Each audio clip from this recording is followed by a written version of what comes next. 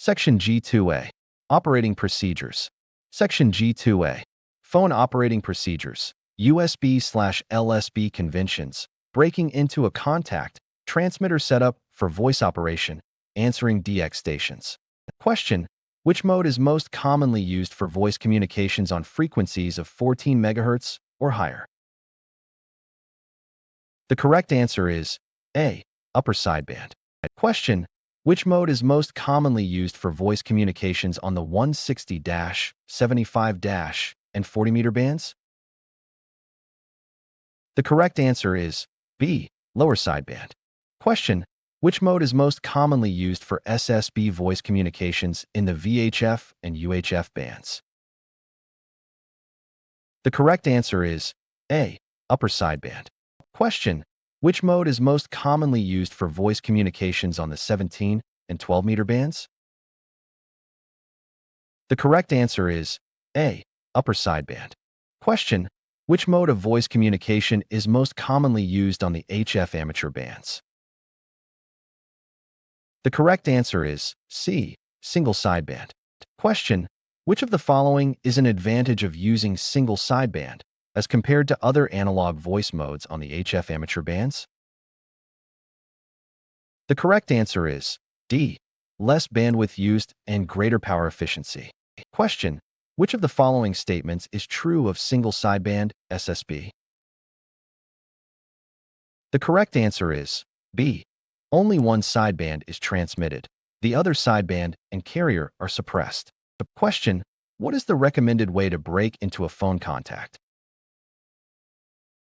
The correct answer is B. Say your call sign once. Question: why do most amateur stations use lower sideband on the 160, 75, and 40 meter bands?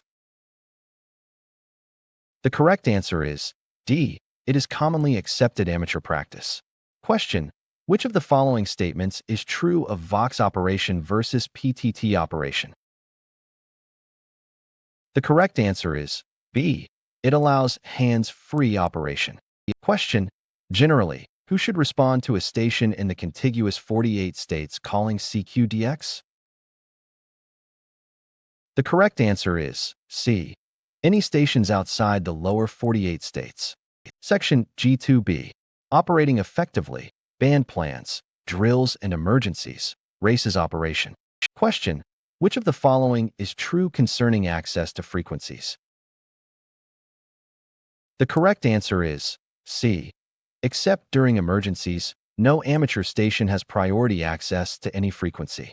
Question: what is the first thing you should do if you are communicating with another amateur station and hear a station in distress break-in? The correct answer is B. Acknowledge the station in distress and determine what assistance may be needed. Question: what is good amateur practice if propagation changes during a contact creating interference from other stations using the frequency? The correct answer is C. Attempt to resolve the interference problem with the other stations in a mutually acceptable manner. Question: when selecting a CW transmitting frequency, what minimum separation from other stations should be used to minimize interference to stations on adjacent frequencies? The correct answer is B. 150 Hz to 500 Hz. Question: when selecting an SSB transmitting frequency, what minimum separation should be used to minimize interference to stations on adjacent frequencies? The correct answer is C. 2 kHz to 3 kHz. Question: how can you avoid harmful interference on an apparently clear frequency before calling CQ on CW or phone?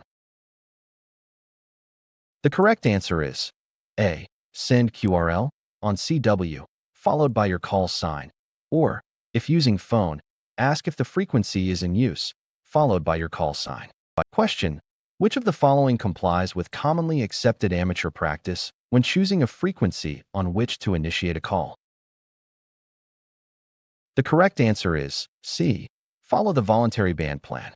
Question: what is the voluntary band plan restriction for U.S. stations transmitting within the 48 contiguous states in the 50.1 MHz to 50.125 MHz band segment? The correct answer is A. Only contacts with stations not within the 48 contiguous states. Question. Who may be the control operator of an amateur station transmitting in races to assist relief operations during a disaster? The correct answer is A. Only a person holding an FCC-issued amateur operator license. Question. Which of the following is good amateur practice for net management? The correct answer is B. Have a backup frequency in case of interference or poor conditions. Question. How often may races, training drills, and tests be routinely conducted without special authorization? The correct answer is C. No more than 1 hour per week. Section G2C. CW operating procedures and procedural signals. Q signals. Full break-in. Question. Which of the following describes full break-in CW operation, QSK? The correct answer is D. Transmitting stations can receive between code characters and elements. Question. What should you do if a CW station sends QRS?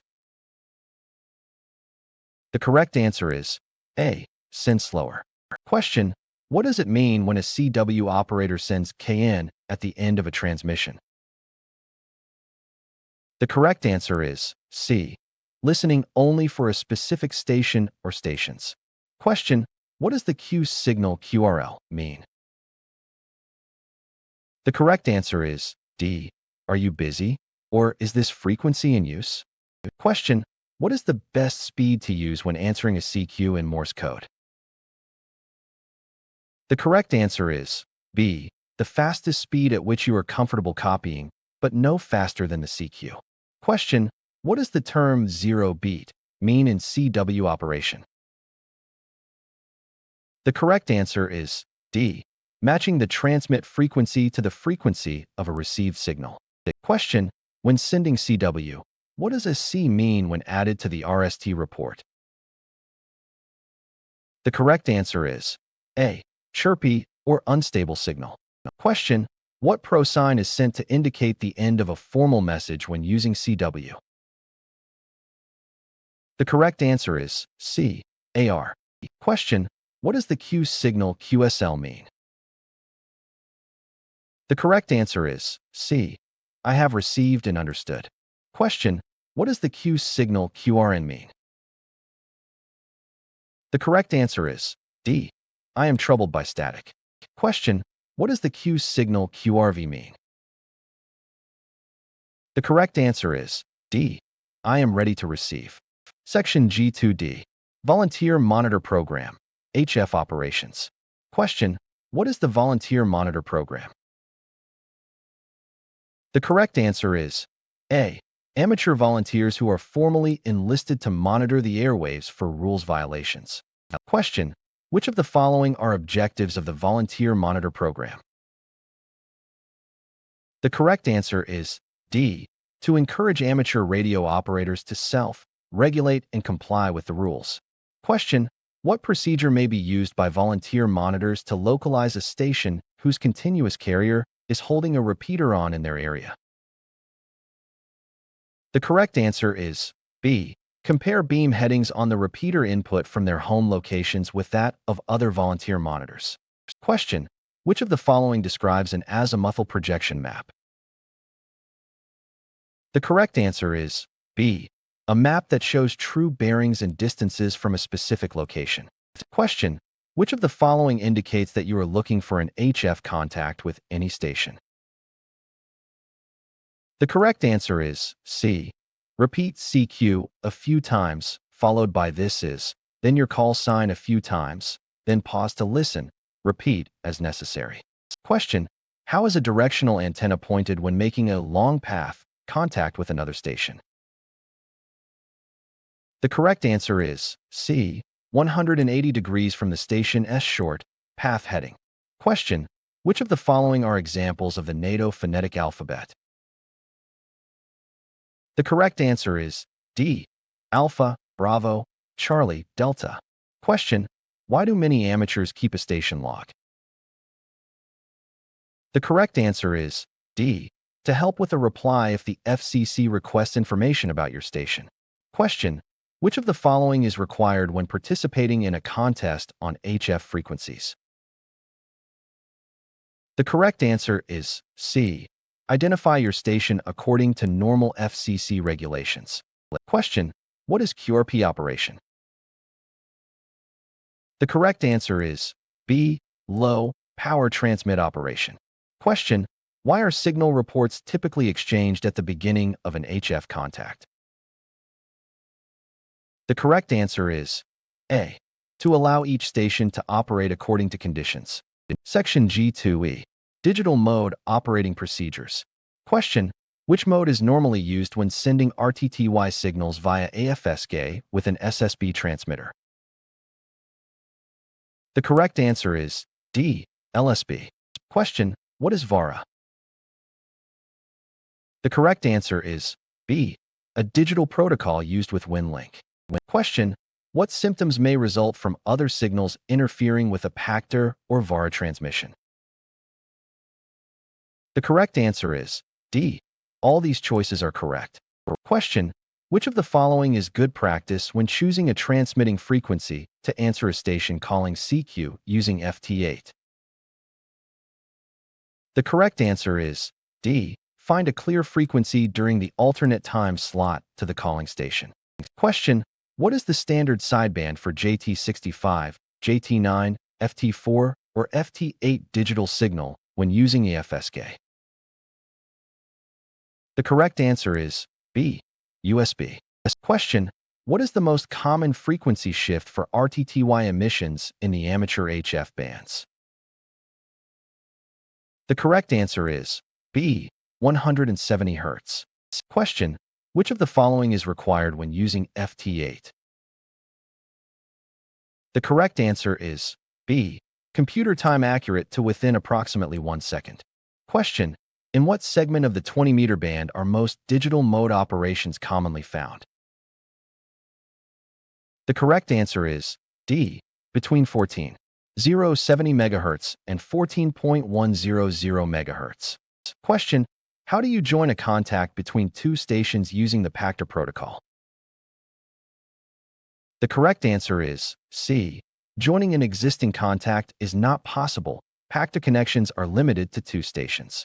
Question: which of the following is a way to establish contact with a digital messaging system gateway station? The correct answer is D. Transmit a connect message on the station's published frequency. Question: what is the primary purpose of an amateur radio emergency data network, AIRN, mesh network? The correct answer is C. To provide high-speed data services during an emergency or community event.